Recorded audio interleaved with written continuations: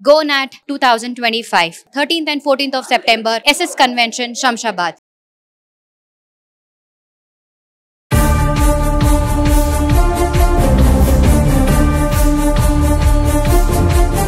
నమస్తే, welcome back to Suman TV. Present మనతో పాటు ఉన్నారు అనలిస్ట్ మందర్ కృష్ణారెడ్డి గారు. నమస్తే సార్. నమస్తే అమ్మా. సార్, ఇక్కడ ఆస్ట్రేలియాలో అంట మల్లెపూలు తెచ్చుకోవడమే చాలా తప్పంట.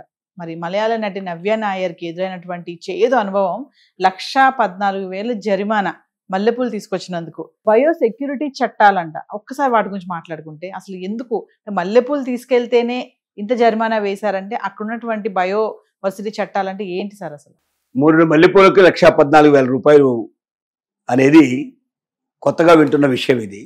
కానీ ఆస్ట్రేలియాలో మాత్రం ఇమిగ్రేషన్ చట్టాలు చాలా భయంకరంగా ఉంటాయి.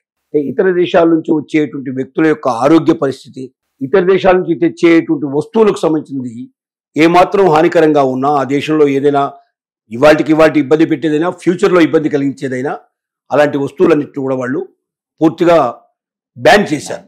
అంటే ఇతర దేశాల నుంచి వాటిని తీసుకురావడానికి వీల్లేదు.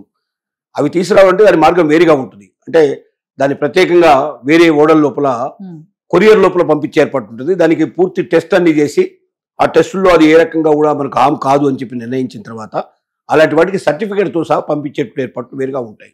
కానీ వాళ్ళు చెప్పేది ఏంటంటే పూలు కానీ చెట్లు కానీ పర్యావరణానికి సంబంధించినవి అయితే ఉంటాయో వీటికి సంబంధించినటువంటి కొన్ని శిలోజాలు అంటారు. అంటే వాటిని పుట్టించడానికి కావాల్సినటువంటి వాటి బీజాలకు సంబంధించినవి, విత్తనాలు లాంటివి, ఇట్లాంటివన్నీ కూడా ఇవన్నీ కూడా ఫ్లైట్లో ఎవరు కూడా తీసుకురాకూడదు. దానికి చెక్ లేకుండా తీసుకురావడానికి అసలు ముందు సర్టిఫికేట్ ఉన్నా కూడా తీసుకురావడానికి వీల్లేదు. అది కొరియర్లో మాత్రమే పంపించాలి. దానికి వేరే ప్రాసెస్ సిస్టంలో రావాలి.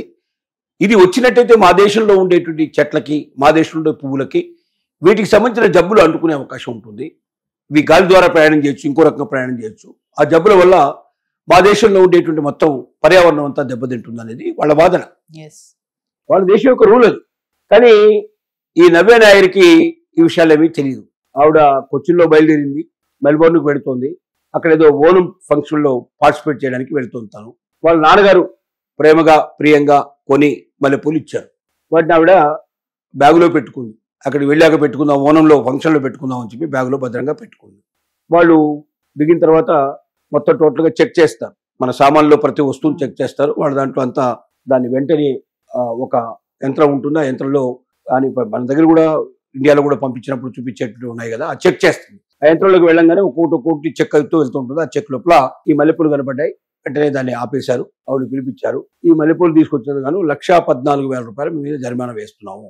ఈ మల్లెపూలు అక్కడే నాశనం చేసేస్తారు. దాన్ని మొత్తం అక్కడే మల్లెపూలు 1,14,000 కట్టినా మల్లెపూలు ఇవ్వరు. దాన్ని అక్కడే వాళ్ళు కాల్ చేయడం అట్లాంటివి జరుగుతాయి. సో ఇది జరిగినట్టు విషయం. దీన్ని బట్టి మనం అర్థం చేసుకోవాల్సిందంటే ఒక దేశానికి వెళ్ళేటప్పుడు మనం జాగ్రత్తగా ఆ దేశం యొక్క రూల్స్ ఏంటి, రెగ్యులేషన్స్ ఏంటి, అక్కడికి వెళ్ళడానికి ఏవి తీసుకొని ఇస్తారు, ఏవి తీసుకురానివ్వరు అనేది మనం ఆన్లైన్లో వెళ్ళి చదివినా దొరుకుతాయి విషయాలన్నీ కూడా. లేదా అక్కడ ఉన్నట్టు వాస్తవంగా జరగాల్సింది ఏంటంటే ఆ క్రూ ఎవరైతే ఉంటారో, అంటే ఆ విమానాల్లో ఎవరైతే పనిచేస్తున్నారో వాళ్ళకి ఈ విషయం తెలిసి ఉండాలి కంపల్సరీగా. వాళ్ళు చెక్ చేసేటప్పుడే దీంట్లో ఏమున్నాయని చెక్ చేయాలి. కాకపోతే ఏంటంటే హ్యాండ్ బ్యాగేజ్ని జనరల్గా చెక్ చేయరు. మిగతా బ్యాగేజ్ చెక్ చేస్తారు కానీ హ్యాండ్ బ్యాగేజ్ చెక్ చేయరు. కానీ హ్యాండ్ బ్యాగేజ్ని కూడా మనం వెళ్ళేటప్పుడు యంత్రంలో పెట్టి చెక్ చేసినాకనే బయటికి వెళ్తుంది. అందులో అయినా మరి ఇలాంటివి ఉన్నప్పుడు ఎవరైతే వెళ్తున్నారో అలాంటివి పట్టుకునే ఏర్పాటు కూడా వ్యవస్థ కూడా మన దేశంలో చేయాలి. ఎందుకంటే అమాయకంగా 1,14,000 కట్టాల్సి వచ్చింది. ఆమె దగ్గర క్యాపబిలిటీ ఉంది కాబట్టి అప్పటికప్పుడు కట్టగలిగింది కాబట్టి కట్టేసింది. వేరే వాళ్ళు ఎవరైనా ఆ దేశంలో చదువుకోవడానికో దానికో దీనికో వెళ్ళినవాడు 1,14,000 ఎందుకు పెట్టుకొని పోతాడు? అంటే ఆ డబ్బులు వచ్చేదాకా వాళ్ళు ఎయిర్పోర్ట్లోనే ఉండాల్సిన పరిస్థితి ఏర్పడుతుంది. ఇలాంటి సిచ్యువేషన్ వస్తుంది. కాబట్టి అక్కడ ఉన్నట్టు ఎయిర్పోర్ట్ క్రూ కూడా, ఆ విమానానికి సంబంధించిన సిబ్బంది కూడా దీని గురించి పూర్తిగా తెలిసి ఉండి వాళ్ళకి అనౌన్స్మెంట్ చేసి చెప్పాలి. ఎవరైనా మీ బ్యాగుల్లో ఇలాంటివి ఉంటే మీరు తీసేసేసేయండి, అక్కడికి వెళ్ళిన తర్వాత మీకు చాలా పెద్ద ఎత్తున ఫైన్ పడే అవకాశం ఉంది, ఇవి ఒప్పుకోరు, ఇవి అలో చేయరు అని చెప్తే దానివల్ల చాలా మార్పు వచ్చే అవకాశం ఉంది. చెక్ చేసి వాటిని తీసేస్తే ఇంకా వాళ్ళకి ఎంతో సేవ్ చేసినట్టు. ఈ విధానాలు కూడా మన దగ్గర ఉండాలి. ఇవి మన దగ్గర లేకపోవడం వల్ల ఇంత పెద్ద ప్రమాదం ముంచుకొచ్చే పరిస్థితి ఏర్పడింది. తను కాబట్టి తన దగ్గర కెపాసిటీ ఉంది కాబట్టి అప్పటికప్పుడు కట్టేసింది. కానీ భవిష్యత్తులో ఎవరు కూడా బాధపడకుండా, ఒకటి ఏ దేశానికి వెళ్ళినా మనం ముందు ఆ దేశంలోకి ఏది అలో చేస్తారో, విమానంలో ఏది అలో చేయరో మనం తెలుసుకోవాలి. రెండోది అక్కడున్న స్టాఫ్ను కూడా మనం అడగాలి. ఒకడు వాడికి మన దగ్గర ముందు తెలియపోయినా స్టాఫ్ దగ్గరికి వెళ్ళిన తర్వాత ఆ విమానం క్రూను కూడా ఏవి అలో చేస్తారు, ఇవి అలో చేస్తారా, ఇవి మేము తీసుకెళ్తున్నాం బ్యాగ్ లో, హ్యాండ్ బ్యాగ్ లో అలో చేస్తారని అడిగితే వాళ్ళు కూడా చెప్తారు. దాన్ని బట్టి మనం అడగకుండానే వాళ్ళు చెప్పాల్సిన బాధ్యత వాళ్ళకు కూడా ఉంది.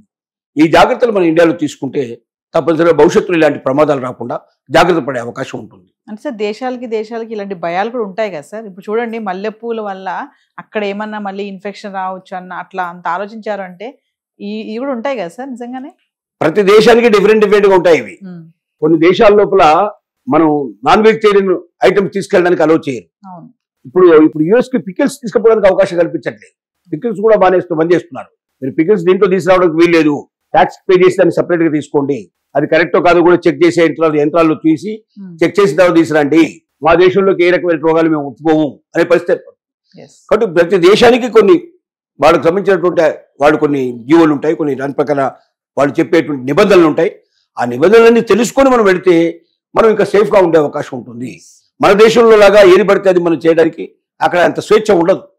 భారతీయులంత స్వేచ్ఛ ఈ ప్రపంచంలో ఏ దేశంలో ఉండదు అని చెప్పడానికి మనం ఖచ్చితంగా చెప్పొచ్చు, అంత గర్వపడచ్చు కూడా చెప్పొచ్చు. మనం ఈ స్వేచ్ఛ ఒక్కొక్కసారి మంచికి దారితీస్తుంది, ఒక్కొక్కసారి చెడుకు కూడా దారితీస్తుంది. అయితే మరి ఫైనల్ గా సార్ మలయాళీ నటి నవ్య నాయర్ గారు చివరిగా చమత్కారంగా ఒక మాట కూడా అన్నారు, మరి అది కూడా చెప్పండి ఒకసారి. మల్లెపూలకు ఈ దేశంలో ఇంత ఖరీదు ఉంటుందని అనుకోలేదు, 1,14,000 ఒక మూరకు ఉంటుందని తెలియదు, ఒక మూర అని చమత్కరించింది తను. అంటే అంతే కదా, ట్యాక్స్ కట్టిన తర్వాత 1,14,000, కానీ ట్యాక్స్ కట్టిన తర్వాత కూడా తన చేతికి మల్లెపూలు రాలేదు కాబట్టి అది దాని వల్ల ఉపయోగం కూడా లేకపోయింది. Thank you sir.